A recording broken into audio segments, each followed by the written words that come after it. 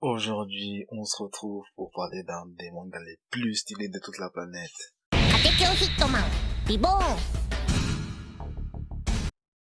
Reborn, c'est un manga qui a été prépublié dans le Weekly Shonen Jump entre 2004 et 2012, qui a eu le droit à un animé de 203 épisodes diffusés entre 2006 et 2010. Bon, t'as compris, si le manga s'est terminé en 2012 et l'animé en 2010, c'est que logiquement la fin du manga n'a pas été adaptée. Dans cette vidéo, donc, je vais t'expliquer pourquoi je pense que Reborn va bientôt faire son retour. D'abord, je vais te présenter le manga. Reborn, c'est l'histoire d'un collégien nommé Tsunayoshi Sawada, ou tout simplement Tsuno.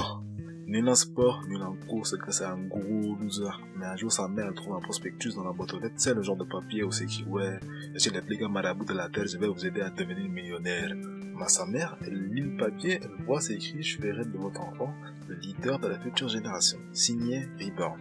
La maman, sans hésiter, elle engage le fameux Reborn. Du coup, il se pointe, il s'avère que Reborn, c'est un bébé. Et c'est un bébé qui a été envoyé par le 9e parrain de la famille Vongola, une famille de mafieux. Et il est venu pour faire de Tsuna le 10e parrain de la famille. Du coup, depuis ce jour, Reborn squatte chez Tsuna pour être son prof particulier. D'où le nom du manga, mon prof le tueur Reborn. Au début, il n'y a pas vraiment d'arc sérieux. L'auteur, il fait en sorte d'introduire tous les personnages importants à travers des petits chapitres comiques. Et c'est environ à partir du chapitre 60 que les vrais bails commencent. Et c'est à partir du deuxième arc sérieux que tous les gardiens de la famille sont désignés officiellement. Déjà, t'as Tsuna le boss avec la langue du ciel. T'as le gardien de la foudre, Lambo, c'est un bébé qui ressemble à une vache. T'as le gardien de la brume, Chrome Nokuro, une meuf spécialiste des illusions, mais je vais pas trop spoiler l'identité. T'as le gardien de la tempête, Goku Dere Hayato, fidèle bras droit de Tsuna, spécialiste des combats à distance et de sang. T'as le gardien du soleil, Sasagawa Ryo, hey, fan de boxe, toujours bouillant, sa petite sœur, c'est la meuf que veut gérer Tsuna. T'as le gardien de la pluie, Yamamoto Takeshi, fan de baseball, c'est l'épéiste de la famille. Et pour finir, t'as le gardien du nuage, j'ai nommé Hibari Kyoya, l'incarnation de la badassitude, le président du comité de discipline du collège. Il fait régner la discipline, et quand je dis il fait régner la discipline, c'est pas en mettant des mots dans ton carnet, non. Le gars te tabasse avec ses grosses matraques. Bref, faut pas faire le fou dans son collège. Le gars, il a carrément un oiseau qui chante l'hymne du collège, wesh.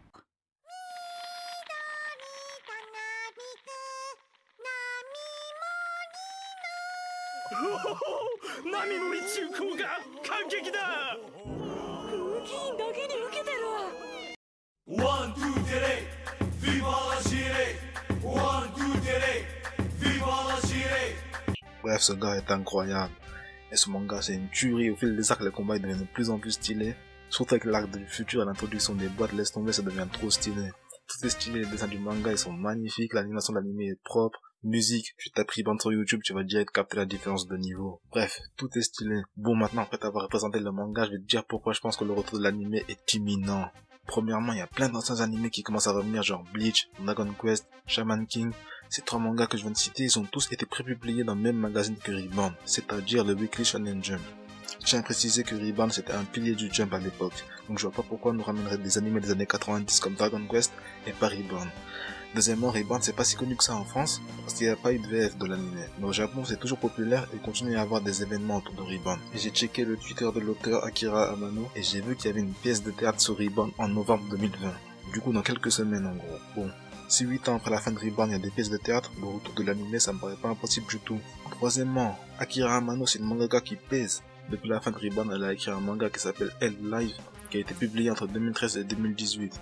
Elle a également fait les chara-design de l'anime Psycho Pass. J'ai ni lu ni regardé ces 2 œuvres, du coup je peux pas trop vous en parler. Et en octobre 2020, c'est-à-dire ce mois-ci, elle a commencé un manga qui s'appelle Kamono Hashiron, le détective dérangé. C'est un manga de détective comme Détective Conan. À l'heure où je parle, il y a que 3 chapitres et je sens que ça va être stylé. Quatrième raison, l'anime Reborn ça a commencé en 2006, donc l'année prochaine on est en 2021. Ne serait-ce que pour fêter les 15 ans de l'anime, faites-moi revenir l'anime s'il vous plaît. Vous êtes capable de faire des pièces de théâtre, faites-moi revenir l'anime. En plus en décembre c'est la Jump Festa, en général c'est là qu'on a les annonces d'anime. J'espère qu'il y aura une annonce pour Reborn s'il vous plaît. Faites revenir les animés des années 90, faites revenir Reborn. Voilà, si t'as kiffé, n'hésite pas à partager la vidéo et à mordre à mort des pouces bleus. Si t'as la rêve, t'es un bon. Et voilà, faites-moi revenir Reborn. Parce que là c'est la crise là. Et rappelez-vous, quand c'est la crise, qu'est-ce qu'on doit faire? 外部のドカスによる攻撃を受けた非常時においてはボンゴレは常に